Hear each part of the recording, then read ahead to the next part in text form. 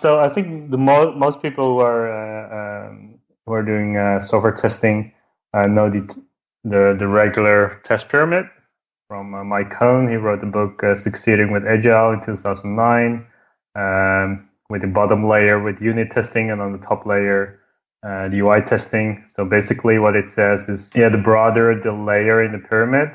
So in that pyramid, unit testing has the broadest layer, so you have the most complex tests, and the more tests you have there, so you don't want to do super extensive testing on the UI because it's brittle, and especially for automation, you want to get the fast feedback in your SDLC, software development lifecycle. So yeah, kind of based on that concept. So I was doing mobile testing for quite some time, and then I came up with my own pyramid because there are many aspects to cover when you talk about mobile testing.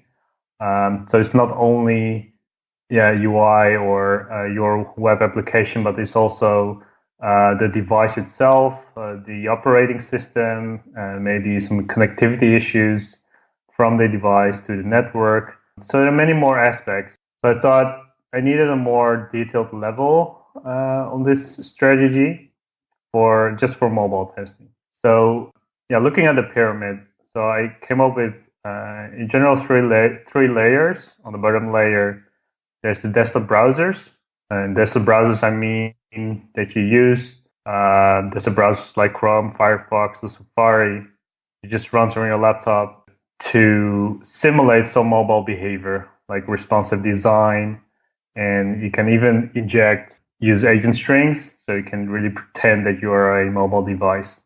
It's the bottom layer because you can gain the fast feedback. It's quite fast to boot up, and you can you can really validate some cool stuff already.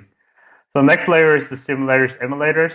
I think this is the most underestimated layer of the pyramid, because at the beginning, in the early stages of mobile simulators, emulators, it wasn't that stable. In the last year or so, it's become much more mature and stable. So you can already validate some touch interactions, or especially visual testing you can do on simulators, emulators. And then on real devices, it's more about usability and real life conditions. And with real life conditions, I mean performance-wise, API integration such as NFC touch, GPS, background apps, stuff like that.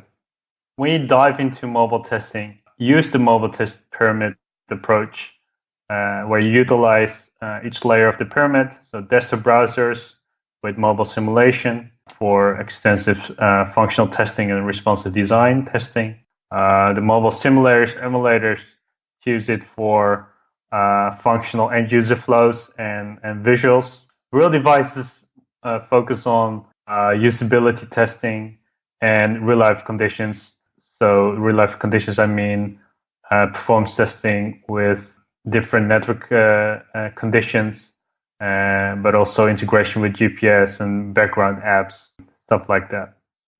For more automation awesomeness, head on over to testtalks.com/172.